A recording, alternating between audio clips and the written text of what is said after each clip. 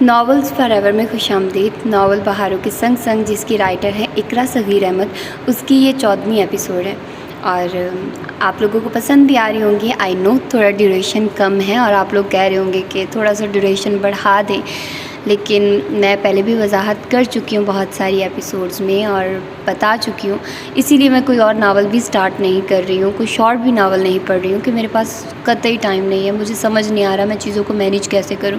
بہت ساری چیزیں میں نے پینڈنگ میں ڈال دی ہیں، جو اس وقت بہت زیادہ ضروری کام ہے وہ میں کر رہی ہوں، جو مجھے کرنا چاہیے، اور جو نہیں مطلب ابھی جس کی ضرورت نہیں ہے وہ میں نہیں کر رہی ہوں۔ تو اب دیکھتے ہیں کیا کرتی ہوں، کیا بنتا ہے، کیا نہیں ہوتا ہے، تو چیزوں کو اب مینیج کرنا پڑے گا۔ تو some thing is better than nothing, تو میں اسی بات کو لے کر چل رہی ہوں کہ کچھ نہ کچھ تو بہتر ہے، کچھ بھی نہ ہونے سے تو کچھ نہ کچھ بہتر ہے۔ تو اسی لیے پھر میں یہی کہہ رہی ہوں کہ آپ لوگوں کو ڈیلی بیسس پر ایپیسوڈز تو ایٹ لیسٹ ملے گی نا، تو ایک ہی دن بیٹھ کر میں پھر یہ ساری ایپیسوڈز ریکارڈ کر رہی ہوں، تاکہ اگر میرا درمیان میں ٹائم نہیں لگتا ہے تو میں آپ لوگوں کو ایٹ لیسٹ ٹائم پر دے دیا کروں گی ایک ایپیسوڈ۔ تو اب میں اسی طرح ہی کر رہی ہوں، ایک ہی وقت میں ساری ایپیسوڈز ریکارڈ کر رہی ہوں، تاکہ جو نیکسٹ ڈے ہے اس میں میرے جو کام پینڈنگ میں پڑے ہوئے ہیں ان کو میں کر لوں، جو کہ بہت ضروری ہیں اور انہی دنوں میں ان کو ہو جانا چاہیے۔ تو میں اسی چیز پر ہی عمل کر رہی ہوں اور آپ لوگ بھی میرا ساتھ دیں گے اس کام میں۔ تو آئیے اب اس ایپیسوڈ کو سٹارٹ کرتے ہیں اور دیکھتے ہیں کہ اس ایپیسوڈ میں کیا ہوتا ہے۔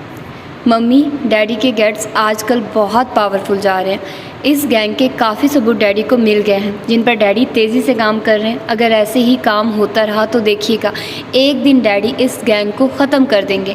کنول اخبار میں تصویریں اور خبریں پڑھتے ہوئے پرمسرت لہجے میں مسز توفیق سے بولی۔ ہاں، آج میٹنگ میں مسز راضی اور مسز شہباز بھی آپ کے ڈیڈی کے کارناموں کی تعریف کر رہی تھی۔ وہ مسکراتے ہوئے چہرے سے میک اپ صاف کرنے کے بعد کولڈ کریم کا مساج کرتے ہوئے کہنے لگی، دراصل ممی، کچھ بے ضمیر و شر پسند افسروں کی وجہ سے پولیس کا محکمہ بہت بدنام اور ناقابل بھروسہ ہو گیا ہے۔ یہی وجہ ہے کہ لوگوں کے دلوں سے اب ان کے لیے عزت و احترام اٹھ گیا ہے۔ لیکن دیکھیے گا ڈیڈی جیسے فرض شناس، ایماندار اور محب وطن افسران لوگوں کا اعتماد بحال کریں گے۔ کنول ڈارلنگ، ہمارے معاشرے میں اب ایسے لوگوں کی تقریباً گنجائش نہیں ہے۔ اگر یہاں کوئی حقیقت بیان کرنا چاہتا ہے، سچ بولنا چاہتا ہے، تو اسے ہمیشہ کے لیے خاموش کر دیا جاتا ہے، یا دوسری صورت میں انہیں گونگے بہرے بن کر زندگی گزارنی ہوتی ہے۔ وہ ہینڈ لوشن کا مساج ہاتھ پر کرتے ہوئے بولی۔ یہ کس طرح ممکن ہے ممی؟ کیا ایمانداری اور نیکی کا وجود ختم ہو چکا ہے؟ یہی سمجھ لو، اگر ختم نہیں ہوا تو نیم مردہ تو ہو ہی گیا ہے۔ ایسا کسی طرح بھی ممکن نہیں ہے ممی۔ جس دن یہ اصاف دنیا سے رخصت ہو گیا تو دنیا ہی ختم ہو جائے گی۔ ہاں، یہ ضرور ہے کہ چند گندی مچھلیوں نے اپنا گند پھیلا دیا ہے، جس طرح سیاہ بادل کا آوارہ ٹکڑا چند لمحوں کے لیے چاند کو اپنی گرفت میں لے کر یہ سمجھتا ہے کہ وہ بھی اس کا حصہ بن کر تاریک ہو گیا، مگر جب چاند اسی طرح پر نور روشنی بکھیرتا اس کی آغوش سے نکلتا ہے تو سیاہ بادل شرمندہ ہو کر آگے بڑھ جاتا ہے کہ اس کی سیاہی و تاریکی اسے بہت زیادہ خوبصورت و معتبر کر گئی ہے۔ گناہ اور ثواب کے رنگ بھی ایسے ہی ہیں، چند لمحوں کے لیے اجالا تاریکی میں گم ہوتا ہے، مگر پھر پہلے سے بھی زیادہ شدت سے جگمگا اٹھتا ہے۔ کنول کا انداز کھویا کھویا تھا۔ چاند، بادل، اجالا، خوب، آپ نے خواہ اپنا ٹیلنٹ ضائع کیا ہے ڈاکٹر بن کر۔ اگر آپ شاعرہ بن جاتی تو بہت بہتر نہ ہوتا؟ وہ شوخی سے مخاطب ہوئی۔ جب سے کنول حد درجہ آزردہ اور رنجیدہ رہنے لگی تھی، اس کا اترا چہرہ، بحران آنکھیں دگر دو کیفیتوں نے ڈسٹرب کر گئی تھی۔ انہوں نے بہت کوشش کی اس سبب کو جاننے کی، اس کی کیفیت کا بیک گراؤنڈ سمجھنے کی، مگر وہ ناکام ہی رہی، اور یہاں آ کر انہیں اندازہ ہوا کہ وہ بیٹی سے کتنی دور ہے۔ ایک گھر میں ایک چھت کے نیچے رہنے کے باوجود ان کے درمیان صدیوں کا فاصلہ ہے۔ وہ پریشانی کے باوجود بیٹی کے ذہن تک، اس کی پریشانی اور دکھوں تک رسائی حاصل نہیں کر سکتی۔ یہ احساس، یہ تکلیف، وہ حقیقت انہیں اپنا آپ بدلنے پر مجبور کر گئی تھی، اور انہوں نے پہلی بار خود کو کنول کی خاطر بدلا تھا۔ اب زیادہ تر وہ اسے وقت دیکھتی تھی، پارٹیز جو بہت ضروری ہوتی وہیں اٹینڈ کرتی۔ ان کی اس محبت اور دیکھ بھال نے کنول کو بہت سہارا دیا تھا، وہ اپنا دکھ کافی حد تک بھول گئی تھی۔ کنول مسکراتے ہوئے کوئی جواب دینا ہی چاہتی تھی کہ کال اسٹینڈ پر رکھے فون کی گھنٹی بج اٹھی۔ ہیلو، جی، میں مسز رفیق بول رہی ہوں۔ ڈریسنگ ٹیبل کے سامنے سے ہٹتی ہوئی مسز توفیق نے فون ریسیو کیا۔ اوہ نو، دوسری طرف سے نامعلوم کیا کہا گیا تھا، ریسیور ان کے ہاتھ سے چھوٹ گیا تھا۔ وہ پھٹی پھٹی آنکھوں سے کنول کو دیکھ رہی تھی۔ کیا ہوا ممی؟ دوسری طرف سے نامعلوم کیا کہا گیا تھا۔ ریسیور ان کے ہاتھ سے چھوٹ گیا۔ کنول ان کی حالت دیکھ کر بدحواسی سے ان کے قریب جا کر ہذیانی انداز میں بولی، توفیق کی کار میں بم بلاسٹ ہوا ہے، ہسپتال سے فون تھا۔ لائبہ افتخار صاحب اور ان کی مسز اسلام آباد سے آ گئی ہیں، ان کی والدہ کی وفات پر تعزیت کر آئیں چل کر۔ افتخار صاحب کے بے حساب احسانات ہیں ہم دونوں پر۔ تمام کمزور اور ناسازگار موقعوں پر ان کی پوری فیملی کی بھرپور بے غرض ہمدردی اور محبت ہمارے ساتھ ساتھ رہی ہے۔ ہمارا فرض بنتا ہے کہ ایسے موقع پر ان کے دکھ میں برابر کے شریک ہو۔ میں تو اسلام آباد تعزیت کے لیے جانا چاہتی تھی، مگر ڈاکٹر نے سفر کی اجازت ہی نہ دی، اور آپ بھی میری وجہ سے نہ گئی۔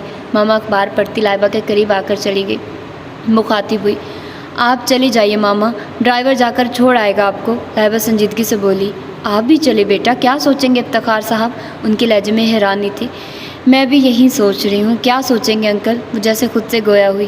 بہت چاہتے تھے وہ انہیں، ان پر تو ایک قیامت گزر گئی ہوگی۔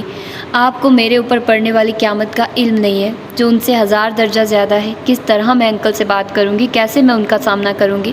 اسامہ ملک گھٹیا انسان، تو نے مجھے کسی کو منہ دکھانے کے قابل نہیں چھوڑا۔ میرا کردار جو چاندنی کی طرح پر نور اور شبنم کی طرح پاکیزہ تھا، کیسی رسوائی در رسوائی کی غلاظت سے غلیظ بنا دیا۔ میں خود سے نگاہیں نہیں ملا سکتی، انکل سے کس طرح سامنا کر سکتی ہوں؟ اذیت ناک سوچے درد بن کر پورے وجود میں سرایت کر گئی۔ کیا سوچ رہی ہیں بیٹا؟ چلیں اٹھیں، بہت بری بات ہوگی اگر آپ نہیں جائیں گی تو۔ افتخار صاحب اسلام آباد سے بھی آپ کے متعلق فون کر کے معلوم کرتے تھے۔ پھر اپنوں کے خلوص و محبت کا سچا احساس تو دکھ میں ہی ہوتا ہے، خوشیوں میں تو سبھی شریک ہوتے ہیں۔ جو ہمارے دکھوں میں بھی شریک ہوں وہی سچے اور بے لوث محبت کرنے والے لوگ ہوتے ہیں۔ ماما اپنے مدھم شیریں لہجے میں اسے سمجھا رہی تھی۔ وہ خاموشی سے وہاں جانے کے لیے تیار ہو گئے۔ جو ماما اسے سمجھا رہی تھی اس کا احساس اسے خود بھی تھا۔ وہ سوچوں میں الجھی تھی۔ کاٹن کے فیروزی کرتے شلوار پر وائٹ دوپٹہ اوڑھ کر ہینڈ بیگ لے کر باہر آ گئی۔ ماما کار میں بیٹھی اسی کی منتظر تھی۔ شوفر نے اسے دیکھتے ہی دروازہ کھول دیا اور وہ سن گلاسز آنکھوں پر لگاتی ہوئی ماما کے قریب بیٹھ گئی۔ شوفر کار سٹارٹ کر چکا تھا۔ اس نے آنکھیں موند کر سیٹ کی بیک سے ٹیک لگا دی۔ افتخار انکل کا سامنا کس طرح کروں گی، وہ سوچ رہی تھی۔ کیا کہوں گی ان سے، کس طرح اپنی بے گناہی ثابت کروں گی؟ سوالات بن بلائے مہمانوں کی طرح وار دو رہے تھے۔ یہ خیال تو اس کے ذہن سے نکل گیا تھا کہ وہ ان سے تعزیت کرنے جا رہی ہے۔ اس کی قسمت نے اسے کچھ اس طرح غائل کیا تھا کہ وہ شائستہ اتوار و خلوص، بے غرض طبیعت رکھنے والی خود غرض سی ہو گئی تھی۔ لائبہ بیٹا میری ٹیبلٹس ختم ہو گئی۔ ماما سامنے نظر آتے میڈیکل اسٹور کی طرف دیکھ کر اس سے بولی، میں لے آتی ہوں ابھی۔ کار رکوا کر وہ میڈیکل اسٹور کی طرف بڑھ گئی اور مطلوبہ ٹیبلٹس لے کر وہ گیٹ کی طرف بڑھ رہی تھی کہ کسی نے مخاطب کیا، بھابھی السلام علیکم۔ کوئی مسکراتے لہجے میں یقیناً اسی سے مخاطب ہوا تھا۔ میں آپ سے ہی مخاطب ہوں، ساما کہاں ہے؟ آپ تنہا؟ لائبہ نے گھور کر بھابھی کہنے والے کی طرف ناگواری سے دیکھا اور زہر خل لہجے میں بولی، جہنم میں۔ جی؟ اس سے مخاطب ہونے والا حیدر اس کے سرد انداز پر بھونکچا رہ گیا۔ جی، اور خبردار جو آپ نے آئندہ مجھے کبھی اس گھٹیا نام سے پکارا۔ وہ حیران و پریشان کھڑے حیدر کو نظر انداز کرتی ہینڈ بیگ سنبھالتی کار میں آ کر بیٹھ گئی۔ اس وقت اسامہ کے تصور نے ہی شعلے دہکا رکھے تھے۔ مستزاد اس پر حیدر کا بھابھی کہہ کر پکارنا اور اسامہ کے متعلق استغفار نے شعلوں پر مزید پیٹرول چھڑک کر آگ بھڑکا دی تھی۔ وہ اس وقت ذہنی اور دماغی طور پر اتنی اپسٹ اور دیوالیہ تھی کہ حیدر سے مخاطب ہوتے وقت تمام مروت و مصلحت پسے پشت ڈال دی تھی۔ اپنے اس رویے پر اسے افسوس بھی قطعی نہ تھا۔ کنول، آپ ڈاکٹر ہونے کے باوجود ایسا بچوں جیسا سلوک کر رہی ہیں، ہمت کیجیے اور اپنی ممی کو سنبھالیے۔ ایسا کیس فرسٹ ٹائم تو آپ کو نہیں ملا، اس سے بھی زیادہ خطرناک کیسز آپ کامیابی سے ڈیل کر چکی ہیں۔ سرجن عاطف مسلسل روتی ہے کنول سے مخاطب تھے، ان کیسز میں میرا تعلق، میرا رشتہ مریضوں سے محض انسانیت اور مساحی کے حصول پر مبنی ہوتا ہے، مگر اب جو کیس ہے اس سے میرا خونی، جذباتی اور زندگی کا رشتہ ہے۔ اس دنیا کا سب سے خوبصورت، مضبوط، کائنات کی وسعت جیسا رشتہ ہے۔ میرا پورا وجود ان کی تکلیف اور اذیت محسوس کر رہا ہے۔ اس وقت میں صرف ایک بیٹی ہوں، ہزاروں وسوسے اندیشے رکھنے والی ایک کمزور انسان۔ وہ روتے ہوئے بولی، میرے ڈیڈی میں میری جان ہے، ہر شے، ہر رشتے سے وہ مجھے زیادہ عزیز ہے۔ اگر انہیں کچھ ہو گیا تو میں بھی زندہ نہیں رہوں گی سر۔ میں آپ کی روحانی تکلیف سمجھ رہا ہوں ڈاکٹر کنول، مگر کیا آپ کو ایک ڈاکٹر ہونے کے ناطے اتنی کم ہمتی اور جذباتیت سوٹ کرتی ہے؟ خود دیکھیے آپ کو اتنا بدحواس و پریشان دیکھ کر آپ کی مما کتنا ہرٹ ہو گئی تھی کہ انہیں بے ہوش ہو جانے کے بعد فوری میڈیکل ٹریٹمنٹ دینا پڑا۔ اللہ کا شکر ہے توفیق صاحب کی حالت اب پہلے سے کافی بہتر ہے اور کل انشاءاللہ آئی سی یو سے وارڈ میں شفٹ ہو جائیں گے۔ وہ معجزانہ طور پر بال بچ گئے ہیں۔ بیچارے ڈرائیور کی ڈیڈ باڈی بری طرح جھلس گئی تھی۔ سر کیا ڈرائیور ہلاک ہو گیا ہے؟ وہ ایک دم ہی تعصب سے پوچھنے لگی۔ جی، وہ تو موقع پر ہی ہلاک ہو گیا تھا۔ اس کے دل پر ایک بوجھ اور بڑھ گیا۔ کیسا کہرام مچا ہوگا ڈرائیور کے گھر۔ کتنے ظالم، کتنے سفاک ہوتے ہیں یہ لوگ جو اس طرح بے گناہوں کی جان لینے کے مرتکب ہوتے ہیں۔ اللہ بھی ایسے درندہ صرف انسان دشمن شیطانوں کی رسی اتنی دراز کر دیتا ہے۔ ایسے بے رحم لوگوں کے لیے کب یوم حساب آئے گا؟ کب تک بے قصور بچے یتیم ہوتے رہیں گے؟ کب تک سہاگنیں بیوائیں ہوتی رہیں گی؟ یہ دہشت و بربریت کا بازار کب بند ہوگا؟ ایسے لوگوں کی زندگیاں اتنی طویل کیوں ہوتی ہیں؟ اماں جان، روہیل انکل، مسز روہیل عمرے کی ادائیگی کے بعد گھر آ چکے تھے۔ فوزیہ بیگم اور اسد صاحب بھی ان کی آمد کے دوسرے دن وطن پہنچ چکے تھے۔ رشتہ داروں، عزیزوں اور محلے داروں کا آنا جانا مبارکباد کے لیے لگا ہوا تھا۔ گلاب اور موتیا کے پھولوں کے ہاروں سے فضا معطر رہتی۔ مٹھائی کے ڈبوں کے انبار لگ گئے تھے جو اس خوشی کے موقع پر لوگ ان کے لیے لا رہے تھے۔ ساتھ ساتھ زینی اور ارشد کے نکاح کی تیاریاں زور و شور سے شروع ہو چکی تھی۔ گویا رونقیں اور ہنگامے بارش کی طرح برس پڑے تھے۔ وائٹ پیلس میں مسرتوں اور شادمانیوں کے سنہرے وقت میں مست ہو کر وہ اسامہ کی ذات سے ہونے والے حیرت انگیز انکشاف تقریباً فراموش کر بیٹھے تھے یا بھول جانے کی ایکٹنگ کر رہے تھے۔ سب گھر والوں کے ساتھ اسامہ بھی انہیں ایئرپورٹ ریسیو کرنے گیا تھا۔ حسب معمول اماں سب کی طرح اس سے بھی ملی، سینے سے لگایا، ماتھا چوما، شفقت بھرا ہاتھ سر پر پھیرا، مگر وہ مضطرب ہو گیا۔ اماں کے سارے عملیات میں ان کا مشینی انداز واضح تھا۔ نہ اسے سینے سے لگاتے وقت ممتا کی تڑپتی گرم جوشی تھی جو اکثر ان کی واپسی پر اس کی جدائی میں ہوتی تھی، نہ آنکھوں میں اس کے لیے محبتوں کی کندیلیں روشن تھی، اور نہ ہی ٹھنڈے ہاتھ میں چاہتوں کی نرمی و خلوص کا لمس موجود تھا۔ بہت اجنبی و بیگانہ نگاہیں تھیں جو صرف ایک لمحے کو اس کی سمت اٹھی تھی، پھر تو گویا راستے بھر اور گھر آ کر بھی وہ ان کی نگاہوں میں چاہتوں کی نرمی و خلوص کا لمس موجود تھا۔ بہت اجنبی و بیگانہ نگاہیں تھیں، جیسے بالکل اوجھل تھا۔ انہوں نے غلطی سے بھی اس پر ایک نگاہ ڈالنا گوارا نہ کیا تھا، حالانکہ وہ ان کے نزدیک ہی رہا تھا۔ وہ ان سے کئی بار مخاطب ہوا بھی تو انہوں نے جواب نہیں دیا۔ ان کا یہ اجنبی انداز، سرد رویہ، بولتی خاموشی ان کی شدید ترین نفرت کا بھرپور اظہار تھی۔ ان کا یہ خطرناک اور اذیت ناک انداز اسامہ کو سلگتے انگاروں کی وادی میں ننگے پاؤں دوڑا رہا تھا۔ پیار سے زیادہ پیار دینے والی، جان سے زیادہ خیال رکھنے والی، زندگی سے زیادہ عزیز رکھنے والی اماں جان اس طرح اس سے نگاہ پھیر لیں گی، اتنی انجان و بیگانہ بن جائیں گے۔ ان کے اس ظالم رویے نے جیسے ہر سمت سے محبت و چاہت سمیٹنے والے شخص کو بہت بددل و بیزار کر دیا تھا۔ اس نے انہیں مٹانے کی، سمجھانے کی بہت کوشش کی، مگر انہوں نے ایک لفظ سننا گوارا نہ کیا۔ اس نے اپنے مخصوص بات منوانے والے انداز میں لاڑ سے ان کے کندھے پر سر رکھا، کس طرح وہ ہمیشہ پگھل کر اس کی ضد پوری کر دیا کرتی تھی، مگر انہوں نے فوراً نفلوں کی نیت مان لی اور اس کا یہ حربہ ناکام ہو گیا۔ اماں جان اتنی سنگ دل، کٹھور، ظالمانہ پرست و خود پرست ہوں گی، اس کا اندازہ اسے اب ہوا تھا۔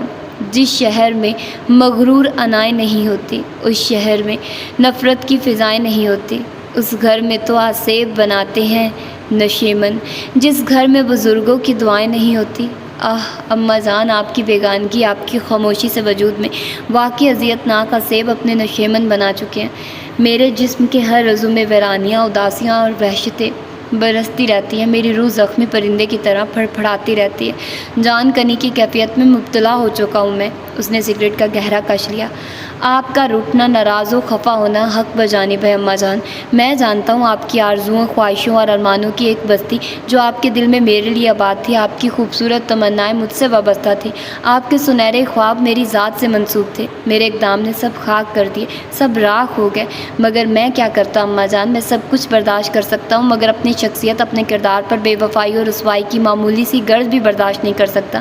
میں نے اپنی زندگی کے 28 سال بہت محتاط و شفاف انداز میں گزارے ہیں۔ وہ ختم ہوتی سگریٹ ایش ٹرے میں پھینک کر بیڈ پر لیٹ گیا۔ صبح سے وہ اپنے کمرے سے باہر نہیں نکلا تھا۔ ناشتہ بھی عبدل سے کہہ کر اپنے روم میں ہی منگوا لیا تھا۔ وہ سخت ڈسٹرب ہو رہا تھا۔ اماں جان کی مسلسل خاموشی اور اس کی ذات سے نظر اندازی و بے پرواہی اس کے لیے سہانے روح بنی ہوئی تھی۔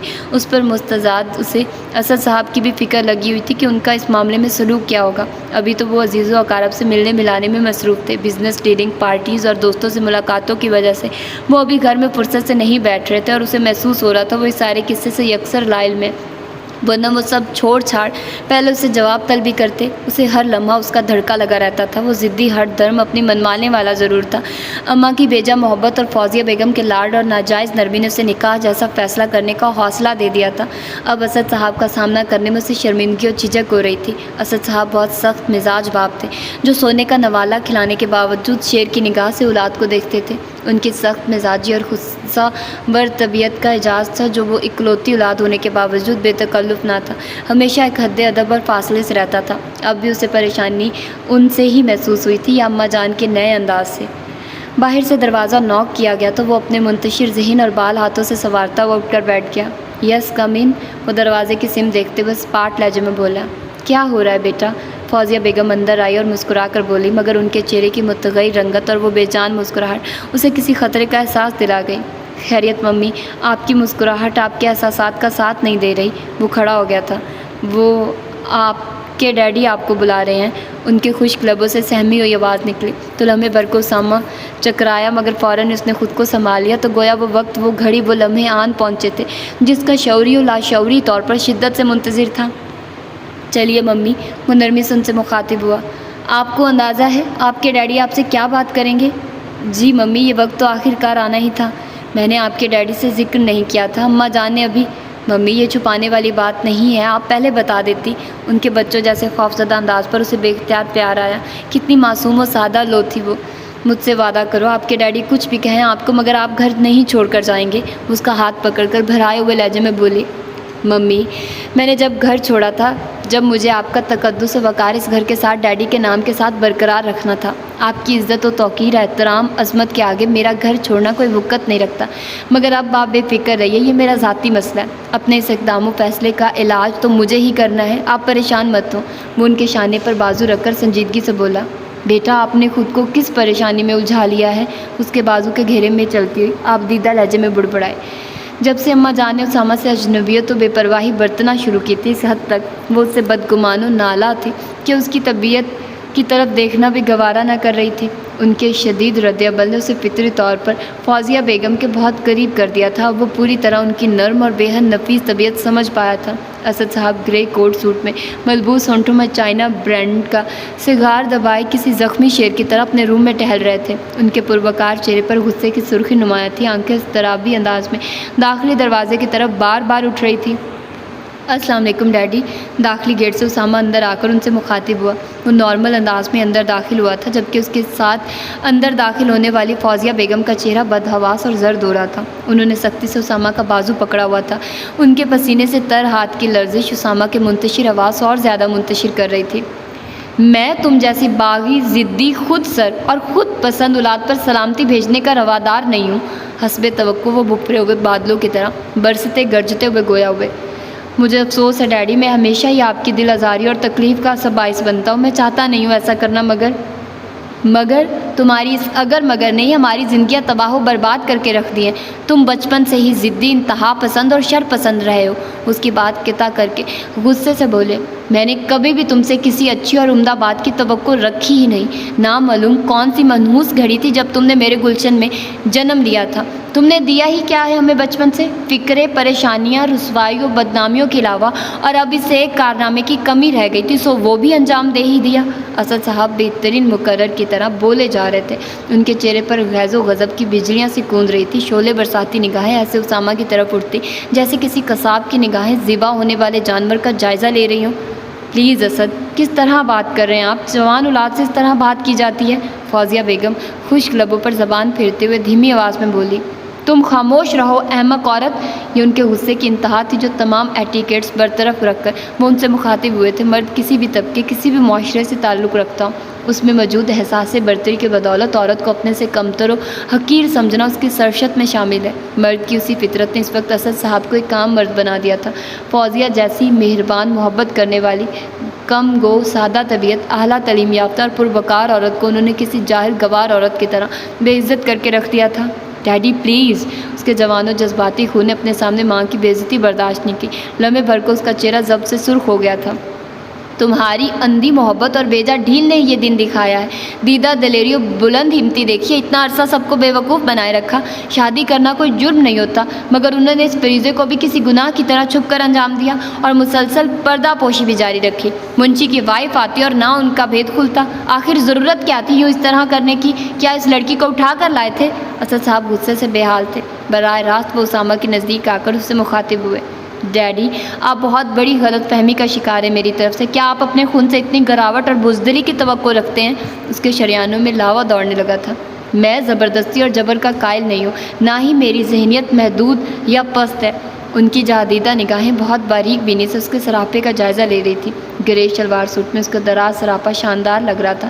کشادہ پیشانی ارکلوت تھی، وجیہہ چہرے پر ان کے لفظوں نے مشتعل سی سرخی بھی کھیر دی تھی۔ سیاہ گھنے مونچھوں تلے سرخی مائل ہونٹوں کو اس نے سختی سے بھینچ رکھا تھا اور آنکھیں حسب معمول ان کے سامنے جھکی ہوئی تھی۔ بغور جائزہ لینے کے بعد انہیں اس میں کوئی ایسی نمایاں تبدیلی محسوس نہیں ہوئی۔ کسی طرح بھی محسوس نہ ہو رہا تھا کہ وہ گزشتہ 2 سال سے ازواجی زندگی گزار رہا ہے۔ انہوں نے اس کا جائزہ لینے کے بعد اپنا رخ پھیر لیا تھا۔ وہ اس کے بارے میں قیاس کرنے سے قاصر تھے۔ توقعات تو نامعلوم میں نے تمہاری پیدائش کے بعد سے کیا کیا باندھ لی تھی، جو وقت گزرنے کے ساتھ ساتھ محض خوش رنگ خیال ہی ثابت ہوئی۔ وہ دھیمے رنجیدہ لہجے میں گویا خود سے مخاطب ہوئے۔ سامہ کا سر ندامت سے مزید جھک گیا تھا۔ اسد صاحب کا شکوہ درست تھا، وہ ان کی ضد تھا۔ دونوں باپ بیٹے نے متضاد طبیعت پائی تھی۔ جو اس کے دلچسپ و پسندیدہ مشغلے تھے وہ اسد صاحب کو ایک آنکھ نہ بھاتے تھے۔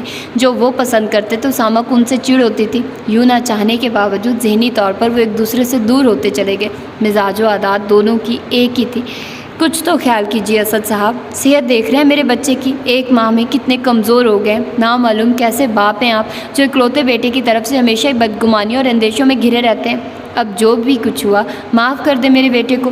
فوزیہ بیگم جو بہت دیر سے برداشت کر رہی تھی، ان کا غصہ بتدریج بڑھتے دیکھ کر اچانک کہتے ہوئے رو پڑی۔ ممی پلیز اس طرح مت روئیے۔ سامہ انہیں بازیوں میں بھر کر نرم لہجے میں بولا۔ ان کے لہجے سے لگ رہا تھا وہ انہیں روتے دیکھ کر تکلیف محسوس کر رہا ہے۔ تکلیف ہو رہی ہے نا تمہیں اپنی ماں کو اس طرح روتے دیکھ کر؟ تم سے زیادہ تکلیف مجھے اماں جان کو روتے دیکھ کر ہوئی تھی۔ اماں جان جیسی چٹان، جسے حوصلے اور ہمت رکھنے والی عورت کو میں نے ایک مرتبہ ابا کے انتقال پر یا اب تمہاری وجہ سے روتے دیکھا ہے، اور انہیں روتے دیکھ کر میرا ارادہ تمہیں شوٹ کرنے دینے کا تھا۔ اگر اماں مجھے اپنی قسم دے کر نہ مجبور کر دیتی تو میں اپنے ہاتھوں تمہارا نافرمان اور باغی وجود مٹا چکا ہوتا۔ دعائیں دو اماں جان کے مبارک وجود کو، جو تمہاری طرف سے اتنے صدمے برداشت کر کے بھی اس حد تک بدگمان نہ ہوئی۔ فی الحال ابھی اس قصے کو دفن کرو جب تک زینب اور ارشد کی نکاح کی تقریب ختم نہیں ہو جاتی۔ کوئی اس کہانی کو نہ دہرائے۔ میں نہیں چاہتا گھر میں اتنے عرصے کے بعد خوشی ہو رہی ہے اور ایسے موقع پر اپنی خود غرضی دکھا کر کام خراب کیا جائے۔ بعد کا جو فیصلہ اماں جان کریں گی وہ تمہیں ماننا ہوگا، ورنہ انجام کی ذمہ داری تم پر ہی ہوگی۔ پھر وہ جج کی طرح فیصلہ سنا کر کمرے سے نکل گئے۔ سامہ کی پیشانی پر تردد کی لکیریں پھیل گئی۔ فوزیہ بیگم ہلتے پردے کو دیکھتی رہ گئی جہاں سے گزر کر اسد گئے تھے۔ تابندہ نے دھڑکتے دل کے ساتھ رقیہ پھپھو کے کمرے میں قدم رکھا تھا، جبکہ فاران کے چہرے پر خلاف معمول سنجیدگی و خاموشی تھی۔ ملازمہ ان کے کمرے تک رہنمائی کر کے جا چکی تھی۔ اندر پردہ ہٹا کر آنے کے بعد تابندہ کو شدید ذہنی جھٹکا لگا تھا۔ سامنے سنگل بیڈ پر پڑا وجود ہڈیوں کا ڈھیر محسوس ہو رہا تھا۔ ایک نظر میں تو وہ واقعی انہیں نہ پہچان پائی۔ رقیہ پھپھو صحت مند جسم کی مالک تھی۔ ان کے سرخ چہرے پر ہمیشہ اپنی خوشحالی، آسودگی اور دولت کی چمک رہتی تھی۔ ان کی آنکھوں میں دولت و ثروت کا غرور و تکبر کا رنگ چھایا رہتا تھا۔ اپنے سے کمتر لوگوں کی طرف وہ ایک نگاہ ڈالنا بھی اپنی شان کے خلاف سمجھتی تھی، اور آج وہیں فخر و غرور سے تنی گردن، دولت اور آسائشوں سے مغرور ان آنکھوں میں کتنی بے بسی، حسرت، دکھ اور تکلیف کا سمندر موجزن تھا۔ دھرتی کو اپنے پیروں تلے روند کر چلنے والا وجود ہڈیوں میں بدل کر سفید بستر پر بکھرا ہوا حسرت و یاس کی تصویر بنا ہوا تھا۔ پھپھو آپ اتنی کمزور ہو گئی، اتنی کمزور کہ پہچان میں نہیں آ رہی ہیں۔ تابندہ بے اختیار یا شاید خونی رشتے کے زیر اثر ان پر جھک کر بھرائے ہوئے لہجے میں بولی۔ اسے زبردست شوق لگا تھا۔ اس کے وہم و گمان میں ان کی یہ حالت نہ تھی۔ رقیہ بیگم کی آنکھوں سے بھی آنسو تیزی سے بہہ کر تکیے میں جذب ہونے لگے۔ وہ فالج کے زبردست اٹیک کا شکار ہوئی تھی، جس سے ان کا دایاں حصہ تو بالکل ہی مفلوج ہو گیا تھا۔ بایاں ایک ہاتھ معمولی سا حرکت کرتا تھا اور ٹانگ بالکل بھی نہیں۔ بولنے سے وہ بالکل معذور تھی۔ کیا حالت بنا ڈالی تھی۔ کاتب تقدیر نے ان کی سارا تنتنا روب و دبدبا، بے بسی، لاچاری اور معذوری میں بدل گیا تھا۔ تابندہ سخت گھبرا گئی، خوفزدہ ہو گئی تھی۔ وقت کے اس خاموش و سنگین انتقام پر انہوں نے اسے بدنام و ذلیل کرنے میں کیا کچھ نہ کیا تھا۔ صالحہ کے ساتھ اس کی اور گھر والوں کی زندگی اجیرن کر دی تھی۔ جھوٹے من گھڑت فرضی الزامات لگا کر اس کی امی اور شمائلہ وغیرہ کی زندگی تنگ و ترش کر دی تھی۔ ان کا پلان حسنہ کا فاران کے ساتھ رشتہ طے کرنا۔ جب سے حسنہ کے منگیتر کا بزنس خسارے میں جانا شروع ہوا، انہوں نے یہی پلان ترتیب دے دیا تھا۔ آخر کار ان کی چالاکیاں برابر ثابت ہوئی۔ تابندہ کو خوب بدنام کرنے کے بعد صالحہ بیگم حسنہ کی جانب راغب ہو گئی، اور آخر کار وہ دن بھی آ گیا جب وہ بارات لے کر لاہور سے کراچی آئی، اور پھر قدرت نے ان کی چالیں ان کے خلاف ہی چلنا شروع کر دی۔ حسنہ کا مہندی کی رات گھر سے فرار ان سمیت پورے گھر کو رسوائی و انگشت نمائی کے ذلت امیز اندھیرے میں بھٹکا گیا، اور وہ شدید ترین اعصابی و ذہنی دباؤ کے باعث فالج کا نشانہ بن کر بستر نشین ہو گئی۔ اس عرصے میں ان کا جسم تو نیم مردہ ہوا تھا، مگر ضمیر کو زندگی مل گئی تھی۔ اب انہیں ایک ایک گناہ، ایک ایک زیادتی و سنگ دلی شدت سے یاد آ رہی تھی، جو دولت کے نشے میں وہ نامعلوم کتنے لوگوں سے کرتی آ رہی تھی۔ وہ پشیمان و شرمندہ تھی، اپنے رب سے اپنے گناہوں کی معافی مانگتی رہتی تھی۔ اللہ جو انہیں عیش و راحت میں کبھی یاد نہ آیا کہ دن میں ایک وقت ہی اس کے آگے سر بسجود ہو کر اس کی نعمتوں و رحمتوں کا شکر ادا کر دیں۔ اب مصیبت پڑتے ہی اللہ انہیں یاد آ گیا۔ یہ بندے کی فطرت ہے، پریشانی اور تکلیف میں وہ اپنے خالق کی طرف ہی رجوع کرتا ہے، اور وہ غفور الرحیم اس کی ہر خطا، ہر خود غرضی، ہر نافرمانی معاف کر کے اسے اپنے سایہ رحمت میں پناہ دے دیتا ہے۔ ان کی ویران آنکھیں اسے التجا کر رہی تھی، اپنی زیادتی کی معافی مانگ رہی تھی۔ ان کی آنکھوں میں کچھ ایسا کرب، ایسی اذیت تھی کہ نرم دل تابندہ ان کے سینے سے لگ کر پھوٹ پھوٹ کر رو دی۔ رقیہ کے آنسو بھی تیزی سے تکیے میں جذب ہو رہے تھے۔ انہوں نے اپنا دایاں ہاتھ بڑی دقت سے اس کے سر پر رکھا، گویا اسے تسلی دی۔ فاران جو سلام کرنے کے بعد ان کے قریب بیٹھا ہوا تھا، اس نے تبندہ کو ان سے الگ کیا اور اپنے رومال سے رقیہ کے آنسو صاف کرتے ہوئے تبندہ سے مخاطب ہوا۔ تابی خالہ جان کو حوصلہ دینے کے بجائے خود بھی حوصلہ کھو رہی ہو، خالہ جان انشاءاللہ ٹھیک ہو جائیں گی، ان کا دایاں ہاتھ اپنے ہاتھ میں لے کر تسلی دینے والے لہجے میں بولا۔ تبندہ نے دستی رومال سے چہرہ صاف کر لیا اور ان کے قریب ہی بیٹھ گئی۔ فرحان نے اس پہ عادت اپنی پرمزاح باتوں سے رقیہ کو بھی مسکرانے پر مجبور کر دیا تھا۔ وہ کچھ دیر کے لیے اپنا دکھ بھول گئی تھی۔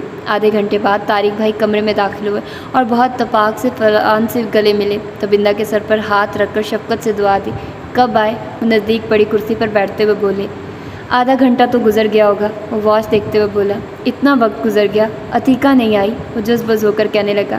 چھوٹی بھابھی کو معلوم نہ ہوگا ہمارے آنے کا، انہوں نے ملازمہ کو انہیں بلانے کے لیے بھیج دیا۔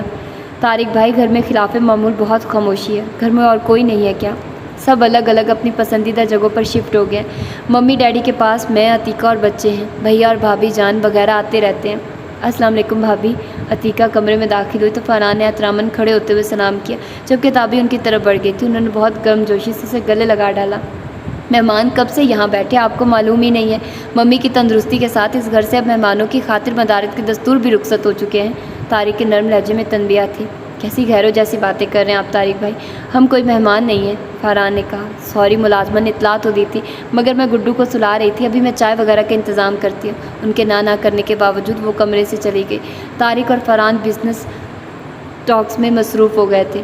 رقیہ پھپھو شاید دوائیوں کے زیر اثر سو گئی تھی۔ تبندہ عتیقہ کی طرف آ گئی، کچن میں ملازمہ لوازمات کی تیاریوں میں مصروف تھی۔ اس نے آ کر ان کے بیڈ روم کا دروازہ نوک کیا اور عتیقہ کی آواز سن کر اندر آ گئی۔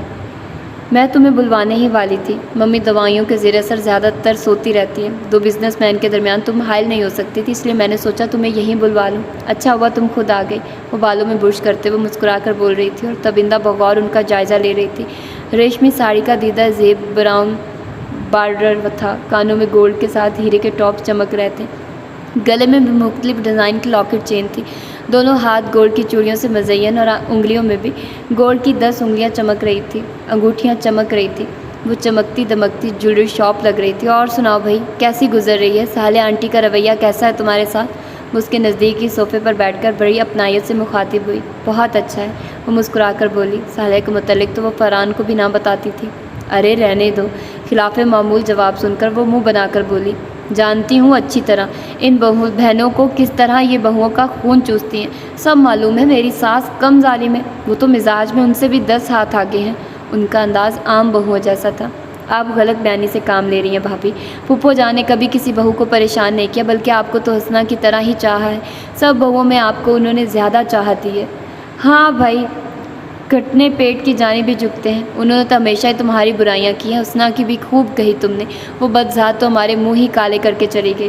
اسے گھر سے نکالنے میں کون ملوث تھا؟ یہ ممکن ہی نہیں کہ وہ کسی کی مدد کے بغیر تنہا مہندی کی رات گھر سے چلی جائے۔ یہ کام کسی گھر کے فرد کا ساتھ دینے سے ہی ممکن ہوا۔ کیا مطلب ہے تمہارا؟ بھائی گھر میں کسی نے اسے فرار کروایا ہے، وہ تلخ لہجے میں بولی۔ جی ہاں، یہ بات میں کسی مفروضے سے نہیں کہہ رہی، بلکہ اسلام آباد میں حسنہ نے ساری سٹوری مجھے سنا دی ہے۔ تبندہ ان کے بدلتے چہرے پر نگاہ جما کر بولی۔ حسنہ تمہیں ملی؟ سچ بتاؤ۔ وہ بری طرح بخلا اٹھی تھی۔ آپ اتنا پریشان کیوں ہو رہی ہیں؟ انسان اس دنیا میں موجود ہو تو کہیں نہ کہیں کبھی نہ کبھی مل ہی جاتا ہے، اور حسنہ تو اسی ملک میں موجود ہے، اس کا مل جانا کوئی معجزہ تو نہیں ہے۔ کیا بتایا اس بد فطرت لڑکی نے؟ وہ گیلی لکڑی کی طرح بری طرح سلگ اٹھی تھی۔ اس نے جو کچھ مجھے بتایا اس کے بعد مجھے بھابھی جیسے رشتے پر اعتبار نہیں رہا ہے۔ ایک لڑکی جب دلہن بن کر کسی گھر میں آتی ہے تو اس کے کاندھوں پر بہت بڑی ذمہ داریاں ہوتی ہیں۔ وہ صرف بیوی بن کر شوہر کے رشتے میں نہیں آتی بلکہ اس گھر سے وہاں کے افراد سے اس کا رشتہ اتنا ہی مضبوط و پرخلوص ہوتا ہے جتنا شوہر سے۔ اور ہمارے معاشرے میں تو شوہر سے زیادہ ساس سسر نندوں دیوروں کی خدمت و خیال رکھنا پڑتا ہے، محبت و خلوص نچھاور کرنا ہوتا ہے، صبر و ضبط کے کڑے امتحانات سے گزر کر ان کے دلوں میں کوئی مقام پیدا کرنا پڑتا ہے۔ مگر آپ کو کوئی روایتی سسرال نہ ملا۔ ساس نند سسر سب ہی بہت چاہنے اور خیال رکھنے والے ہیں۔ حسنہ اور پھپھو جان نے تو آپ کو وہ عزت و مقام دیا کہ کسی خوش نصیب بہو کو سسرال میں یہ مقام ملتا ہے، اور آپ نے جواب میں انہیں کیا دیا؟ ذلت و رسوائی۔ حسنہ کو ساری زندگی کے لیے ذلت کی زندگی اور غر بدری، پھپھو جان کو ایسی معذوری جو انہوں نہ زندوں میں رکھے نہ مردوں میں۔ کیسا بھیانک اور گھناؤنا جواب دیا ہے آپ نے ان کی محبتوں کا۔ حسنہ سے ملنے کے بعد جو آگ اس میں بھڑکی تھی اسے اب راہ ملی تھی۔ دیکھو لڑکی، میں بہت دیر سے تمہاری بک بک سن رہی ہوں۔ وہ بد چلن آوارہ یہاں سے دفع ہو گئی۔ اب جھوٹی کہانی سنا کر اس نے تمہیں میرے پاس بھیجا ہے تاکہ میں خوف زدہ ہو جاؤں اور اس کے لیے اس گھر میں آنے کے راستے کھل جائیں، جائیداد میں سے حصہ مل جائے۔ مگر ایسا کبھی نہیں ہوگا۔ میں ایسی من گھڑت چالوں میں آنے والی نہیں ہوں۔ اس نے جو کچھ کیا اس کی خود ذمہ دار ہے۔ وہ تو مجھے چھوٹی بہن کی طرح عزیز تھی، مگر وہ ہماری عزت اس طرح مٹی میں ملا کر گئی ہے کہ مجھے اس کے نام سے بھی نفرت ہو گئی ہے۔ میں نے کچھ نہیں کیا۔ ان کا لہجہ پرسکون تھا۔ تبندہ حیران تھی، وہ یا تو بہت اچھی ایکٹر تھی یا واقعی حسنہ نے جھوٹ بولا تھا۔ دیکھو آئندہ آؤ تو ایسی لغو بکواس کرنے کی ضرورت نہیں۔ آج تو میں برداشت کر گئی ہوں، مگر آئندہ حسنہ کا نام سنتے ہی تمہیں دھکے دے کر اس گھر سے نکال دوں گی، اور فاران کو تمہاری طرف سے ایسا بدظن کروں گی کہ وہ تمہاری شکل پر تھوکنا بھی پسند نہیں کرے گا۔ ویسے بھی تمہیں میرا تو شکر گزار ہونا چاہیے کہ اس بہانے تمہاری فاران سے شادی ہوگی، ورنہ کون امیر آدمی غریبوں کو قبول کرتا ہے؟ افشا کی طرح تمہارا نصیب بھی کسی بڑی عمر کے آدمی سے پھوٹتا۔ شکر کرو میرا۔ اس کا استزائیہ لہجہ بہت توہین و تحقیر امیز تھا، اور شدت جوش و جذبات میں ان کی منہ سے سچی بات بھی نکل گئی۔ تبندہ غصے میں کھڑی ہو گئی، اسی دم طارق اندر آ گئے اور ان کے چہرے سے تاثرات دیکھ کر وہ دونوں ہی دہل گئے۔ ان کا چہرہ بتا رہا تھا وہ سب سن چکے ہیں۔ وہ غصے سے انیکا کی طرف بڑھے۔ ذلیل عورت، وہ سب تیری شرانگیزی تھی؟ وہ جارحانہ انداز میں اس کی طرف بڑھے۔ طارق بھائی خدا کے لیے میری بات سنیے۔ تبندہ تیزی سے ان دونوں کے درمیان حائل ہو گئی۔ بیٹھ جاؤ تبندہ، میں اس شیطان عورت کا گلا دبا دوں گا۔ اس کے بہکاوے میں آ کر حسنہ نے ہمارے ساتھ اپنی زندگی بھی تباہ کر لی۔ یہ معصوم بنی ہمارے ناموس کا ہمارے ساتھ مذاق اڑاتی رہی۔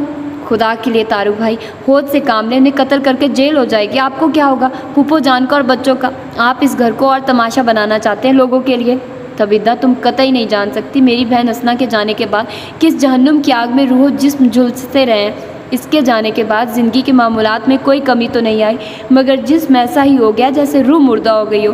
اس بے ضمیر و لالچی عورت نے آج تو بالکل ہی ختم کر دیا ہے۔ میں اسے جان سے نہیں ماروں گا تو گھر میں بھی نہیں رکھوں گا۔ میں اسے طلاق نہیں، خدا کے لیے مجھ پر یہ ظلم نہیں کیجیے۔ انیکا جو اچانک طارق کو دیکھ کر اس خوف سے شاکڈ ہو گئی تھی کہ انہوں نے سب کچھ سن لیا، طلاق کے نام پر ایک دم ہی تڑپ کر ان کے قدموں میں جھک کر رو دی۔ نہیں، میں تم جیسی چال باز اور دغا باز عورت کو قطعی برداشت نہیں کروں گا۔ وہ ایک ٹھوکر مارتے ہوئے انہیں دور پھینکتے ہوئے بولے۔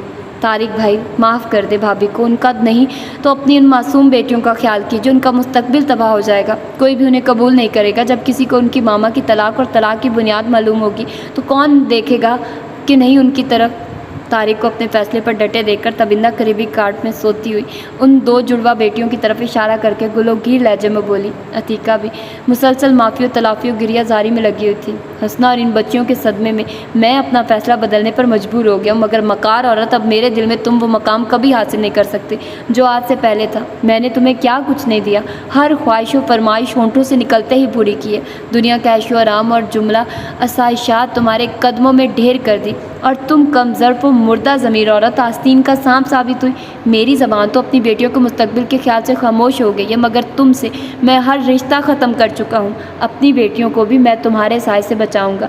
چھوٹی نند بھی تو بیٹی ہوتی ہے، جب تم اس کے لیے گڑھا کھود سکتی ہو تو اپنی بیٹیوں کو بھی معاف نہیں کرو گی۔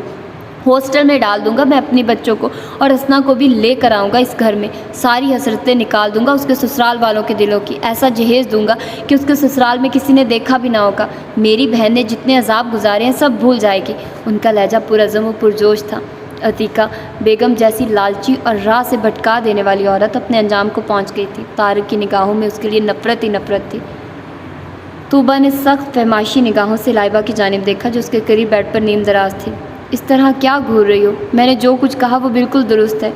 مجھے تو تمہارا دماغ ہی درست نہیں لگتا، کبھی شادی بھی فراڈ ہوتی ہے۔ سب کچھ سننے کے باوجود تمہیں یقین نہیں آ رہا تو میں یہی سمجھوں گی تم ہمیشہ ہی اس شخص کی طرف تار رہی ہو۔ اب اس کے اتنے بڑے فراڈ اور خود غرضی کو تم نے کبھی غلط تسلیم کرنا ہی نہیں ہے، تو تم جیسا اہم بورڈ کیسے کم ہو سکتا ہے؟ میں ہی تنہا رہ گئی ہوں۔ تم کیوں تنہا ہو گئی ہو بھائی؟ تمہیں تو اسامہ بھائی کی صورت میں اتنا مضبوط اور جاندار سہارا ملا ہے، ڈیشنگ، چارمنگ، ہینڈسم اور اسمارٹ شخص کو پانے کے بعد تمہیں کسی دوسرے کی پرواہ بھی نہیں ہونی چاہیے۔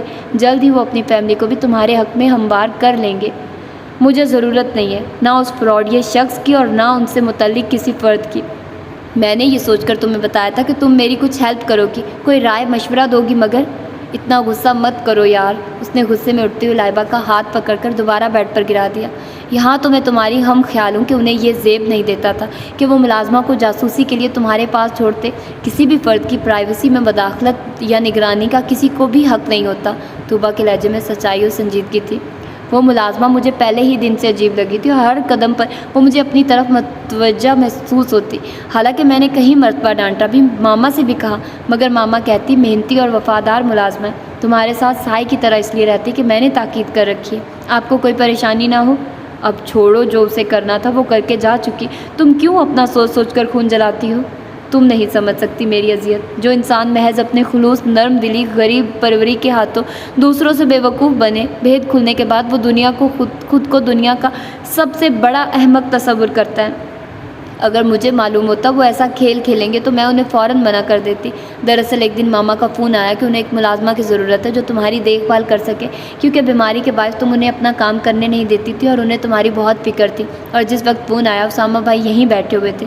انہوں نے ہی پاپا سے کہا وہ ایسی ملازمہ کا بندوبست کر دیں گے جو نیک بھی ہو اور شریف بھی ہو، کوئی شکایت کا موقع نہیں دے گی۔ پاپا مطمئن ہو گئے کیونکہ وہ ان کی نیچر اچھی طرح جانتے تھے۔ اب ہمیں اندر کی بات تھوڑی معلوم تھی کہ ملازمہ کی صورت میں اپنی جاسوسہ بھیج رہے ہیں۔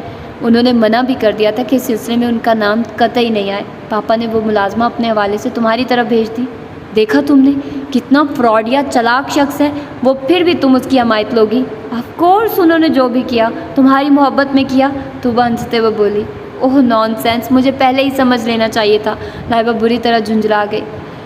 تم میں ایک سمجھ کا ہی تو فقدان ہے، ورنہ اتنا شاندار و مستقل مزاج ساتھی ہر لڑکی کا نصیب نہیں ہوتا۔ تم حد درجہ نہ سمجھ، نہ شکری، نہ قدری لڑکی ہو۔ طوبہ بھی ڈٹی ہوئی تھی۔ لائبہ نے جواب میں کچھ نہ کہا، بس تیزی سے اسے ہاتھ چھڑا کر غصے میں دروازے کی طرف بڑھ گئی۔ طوبہ بھی تیزی سے اس کی طرف بڑھی۔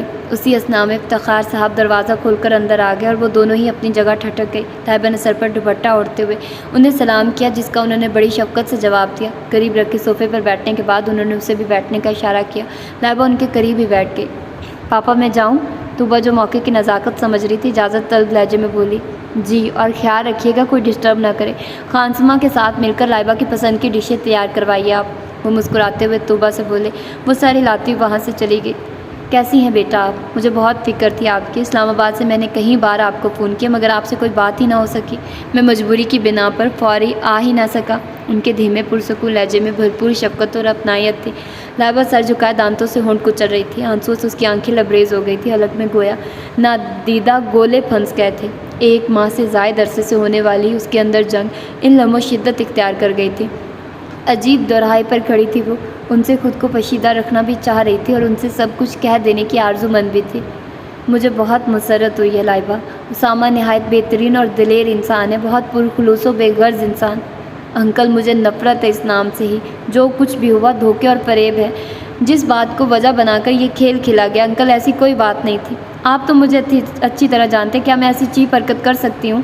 وہ ان کی بات قطع کرتے ہوئے دونوں ہاتھوں میں چہرہ چھپا کر رو دی۔ نہیں لائبہ، مجھے آپ پر مکمل اعتماد و فخر ہے بیٹا۔ وہ اس کے سر پر ہاتھ رکھ کر بولے۔ مجھے اتنا ذلیل و خوار کر دیا اس شخص نے کہ میں خود سے ہی نگاہ نہیں ملا پاتی۔ میں خود اپنی نظروں میں گر گئی ہوں۔ اسی احساس شرمندگی سے آپ کا کوئی فون اٹینڈ نہیں کیا اور اب بھی بہت مشکلوں سے آپ کے پاس آئی ہوں۔ وہ سسکیوں کے درمیان بولی۔ بہت غلط خیال کو آپ نے دل میں جگہ دے ڈالی ہے بیٹا۔ مجھے آپ پر ہی نہیں اسامہ پر بھی مکمل اعتماد و بھروسہ ہے۔ اگر ایسی کوئی بات ہوتی تو میں اسامہ کو آپ کے ساتھ کبھی نہ بھیجتا۔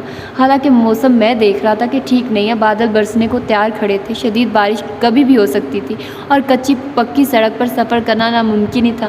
میں سب محسوس کر رہا تھا، مگر آپ کو اسامہ کے ساتھ بھیج کر میں یوں مطمئن تھا کہ وہ ایک شریف اور باکردار نوجوان ہے، جبکہ اپنے دوست کی فطرت سے میں واقف تھا۔ میں اس رشتے کو قبول نہیں کرتی، وہ آنسو صاف کر کے اٹل لہجے میں بولی۔ لائبہ، نکاح کا رشتہ کچا دھاگا یا کانچو مٹی کا برتن نہیں ہوتا جو آسانی سے توڑا جائے۔ ابھی آپ جذبات میں فیصلہ کر رہی ہیں، انجام سوچے بغیر۔ ابھی آپ کے پاس وقت ہے، سوچ سمجھ کر فیصلہ کیجیے گا۔ اور آج ایک اہم بات بتاؤں آپ کو میں۔ ان کے شفیق چہرے پر ایک پرسکون تبسم ابھرا۔ دراصل اسامہ جو ہے، پلیز انکل۔ اس کے چہرے پر شدید تناؤ اور اضطراب تھا۔ اوہ، اسامہ کو ناپسند کرنے کی یہی وجہ تو نہیں؟ مگر آپ نے کب محسوس کیا؟ وہ حیرانی سے بولے۔ بہت عرصہ پہلے، جب ہم مری گئے تھے۔ کیا اسامہ نے بھی کوئی رسپانس دیا ہے؟ وہ ہکا بکا تھے۔ جہاں تک میرا اندازہ ہے وہ بالکل بے خبر و لا تعلق ہے، اور میں یہی چاہتی ہوں۔ کیوں؟ آخر کیا مسرتوں پر آپ کا حق نہیں ہے؟ یہ تمام خوش فہمیاں میں عرصہ ہوا بھلا چکی ہوں۔ اب مجھے کچھ نہیں چاہیے۔ میں یہی مشورہ دوں گا بیٹا، جلد بازی و جذباتیت سے کام بگڑ جاتے ہیں، اور بگاڑ کے بعد صرف پچھتاوے رہ جاتے ہیں جو مزید کمزور اور دکھی کر دیتے ہیں۔ آپ کے پاس 1 ماہ کا عرصہ ہے، خوب غور کر لیں، پھر جو فیصلہ ہوگا آپ کا ہمیں منظور ہوگا۔ 1 ماہ بعد بھی میرا فیصلہ وہی ہوگا انکل جو آج ہے، وہ قطعی لہجے میں کہنے لگی۔ نو مائی ڈاٹر، جلد بازی اچھی نہیں ہوتی۔ اسامہ سے میری بات ہوئی، اس وقت وہ زبردست پریشر میں ہے، کچھ عرصے کے لیے آپ صبر کر لیں، پھر بات کریں گے۔ میرے نہر سے آیا آج مجھے یہ پیلا جوڑا، یہ ہری ہری چوڑیاں، میرے نہر سے آج مجھے آیا۔ پورا ہال روم بنی سبری خوبصورت لڑکیوں کی سریلی آوازوں، ڈھول اور ڈفلیوں سے گونج رہا تھا۔ اپٹن اور تازہ گلابوں کی مسحور کن مہک سے معطر تھا۔ ہال روم کے سائڈ میں آرائشی موتیوں کی لڑیوں سے پردہ بنا دیا گیا تھا، جس کے درمیان تخت پر شنیل کی چادر بچھی تھی اور گاؤ تکیے کے سہارے زینی سہیلیوں اور کزنز میں گھری بیٹھی تھی۔ نکاح کی تیاریاں 1 ہفتہ قبل ہی شروع ہو چکی تھی۔ حسب دستور زینی کو بھی مایوں بٹھا کر پردے میں بٹھا دیا گیا تھا۔ دور اور نزدیک کے تمام رشتہ دار موجود تھے۔ گھر میں شادی بیاہ کا مخصوص ہنگامہ اور افراتفری مچی ہوئی تھی۔ آج اپٹن کی باقاعدہ رسم کی گئی تھی۔ رسم سے فارغ ہونے کے بعد زینی غسل سے فارغ ہو کر پردے میں بیٹھ گئی تھی۔